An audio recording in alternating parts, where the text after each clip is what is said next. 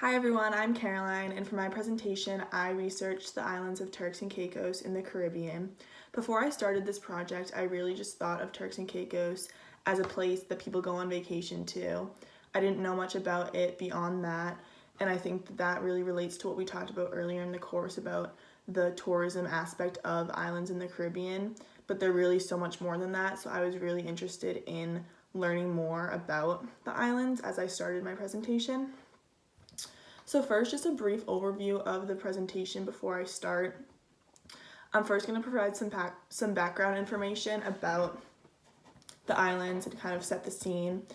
And then I'm going to move into the four main topics that I chose to discuss, which are the history, economy, politics, and creative production of Turks and Caicos. So first, the background information of Turks and Caicos. The islands are an archipelago of 8 main islands and several dozen other small islands that are located in the Caribbean. Overall, it's about 30 islands that make up Turks and Caicos. Out of these islands, there's only about 7 or 8 that are inhabited by people and that serve as vacation spots and places of tourism. So on the Turks Islands, the two main ones are Grand Turk and Salt Cay. And the capital of all of Turks and Caicos is located on the island of Grand Turk, and it's called Cockburn Town. And then on the Caicos Islands, the main ones are Providenciales, North Caicos, South Caicos, and Middle Caicos. So going on to the next slide, there's two maps. On the left, you'll see Turks and Caicos up close, and you'll see the divisions that I just talked about, the main islands and the regions. And then on the right, you'll see Turks and Caicos in relation to other islands in the Caribbean. So you can see it's definitely really small in comparison to others. Moving on to my first main topic of discussion when it comes to the islands is the history. So the first known inhabitants of the islands were a group of indigenous people called the Taínos. We learned about this in class, if you remember, when we talked about the history of Haiti. So this is the same group of indigenous people. And this was around 700 CE. And if you look to the right of the slide, you can see a replica of the huts that the Taínos were known to live in. And they harvested crops, hunted and gathered, stuff like that. And then upon the arrival of Columbus in 1492, the Taíno population began to dwindle due to the invasion, the lack of land and shelter, and the spread of disease from the Spanish. So it was a really quick eradication of the Taíno people. They were almost completely wiped out by early 1500 and driven out by Columbus and his people. So going on to the next slide, some continued history about the islands. After Columbus and the Spanish discovered the island and started settling on it, the French, British, and Spanish governments all competed for ownership of the islands due to its ideal location and its ability to harvest salt, which I'll also get to later in the presentation. So ultimately, the British took control of the territory and fully colonized it in 1681. And then from 1681 to the early 1800s, there was a lot of slave trade and slave activity on the islands, which again, I'll also talk about in the next slide. In 1807, Britain stopped slave trade, and then in 1833, slavery was abolished in British colonies, which included Turks and Caicos. So that's just a brief history overall. So next, moving into the early economy of the island, salt mining was the main industry. Salt was referred to as white gold, and back before they really started harvesting it on the islands, people from Bermuda would travel to Turks and Caicos solely for the reason to export salt and then go back to their home island because it really did provide the best location to harvest salt. Out of all the islands of Turks and Caicos, the majority of the mining was done on the islands of Grand Turk, South Caicos, and Salt Cay.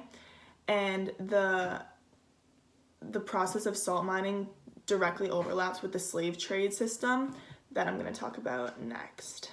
So now moving into my first highlighted text from the course that relates to my presentation is The History of Mary Prince, a West Indian Slave Narrative. I thought this text was really important to bring in because her narrative really directly relates to both the history and the economy of the islands. She was a slave on the island for about 10 years. And as she mentions, when she was sold to Mr. D and moved to Turks and Caicos, she immediately became a salt raker and produced the salt that stimulated the early economy. The next slide has some important quotes that I thought were really moving from her testimonial about her time on the islands of Turks and Caicos. In one of them, she mentions that our feet and legs from standing in the salt water for so many hours soon became full of dreadful boils. She also mentions they stood in the water up to their knees from 4 o'clock in the morning till 9. Like I said, she mentions that she was on the islands for about 10 years. And then later in the narrative, when she talks about returning to her home, her native island, she still had more than enough to do, but it was still not so very bad as on Turks Island. So these were really important to mention, I thought, because it shows the harsh conditions for slaves in this industry on this island especially. And it just basically shows how big of an industry it was, but how awful it was for the people who worked in it. Shifting focus now to the present day economy, like I mentioned earlier, tourism is the main source of income for this island. The tourism industry on Turks and Caicos started to grow in the mid-1960s. Pulling some information from 2018, there were 441,000 total tourists to the island. And in comparison to bigger islands, this number isn't that big, but when you look at it as a ratio to, to the amount of inhabitants that live on the island, this is about 11.71 tourists per each resident on the island. So in terms of this ratio, this is the third biggest in the world and the first in the Caribbean. So that just shows really how big it is here. Also pulling statistics from 2018, tourism generated $787 million for the island's economy, which was almost 77% of its total gross domestic product. Shifting now to the politics, which is my third point in the presentation, the Turks and Caicos Islands are a British overseas territory of the United Kingdom, and for that reason their system of government is the same as the United Kingdom's, which is a constitutional monarchy. To put this in terms that we would understand, it's kind of the same as Puerto Rico to the United States. Like, it's not a state, but it is a territory that's under our government. I also included a brief recap of the major political events in Turks and Caicos' history. So in 1873, it was made part of the Jamaican colony, but then in 1962, Jamaica gained its own independence, and then Turks and Caicos officially became a crown colony and part of the British rule. In 1965, the governor of the Bahamas began to oversee Turks and Caicos, but then only 8 years later, the Bahamas gained their own independence, so Turks and Caicos was given their own governor. So this just shows that a lot of other islands in the Caribbean started to gain their independence, but Turks and Caicos still to this present day has not gotten that far. Relating this to current day politics, there are two main political parties in Turks and Caicos: the People's Democratic Movement and the People's National Party.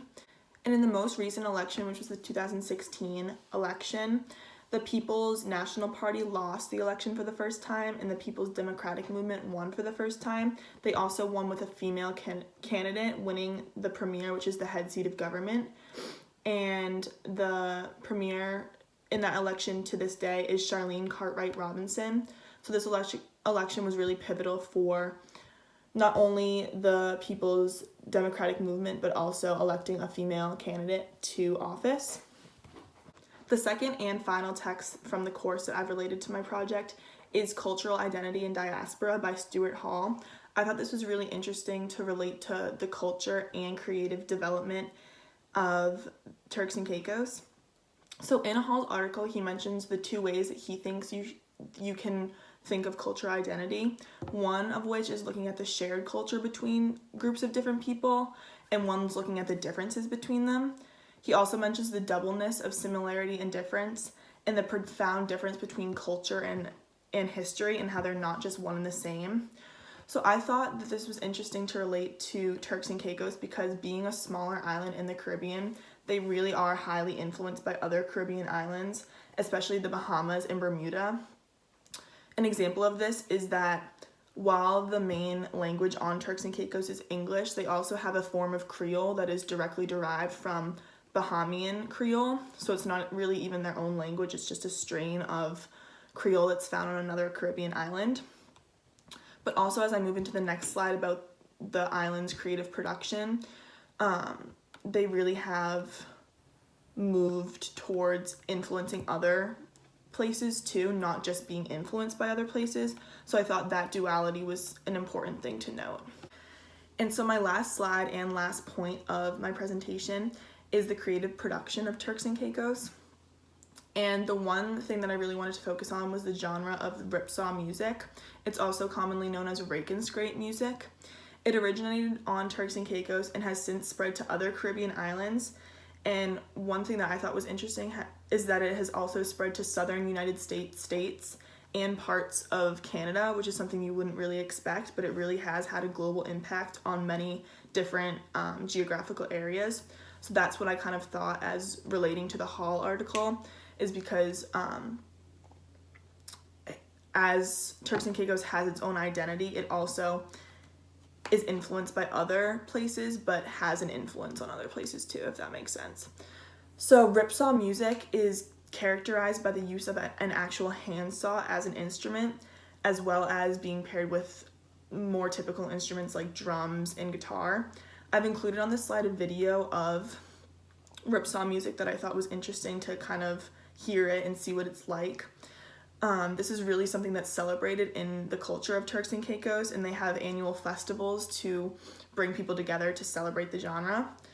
So that was what I thought was really unique to the islands and a major part of their creative production. That's the end of my presentation. I hope you guys learned something. I definitely learned a lot about a place that I wasn't really familiar with to begin with.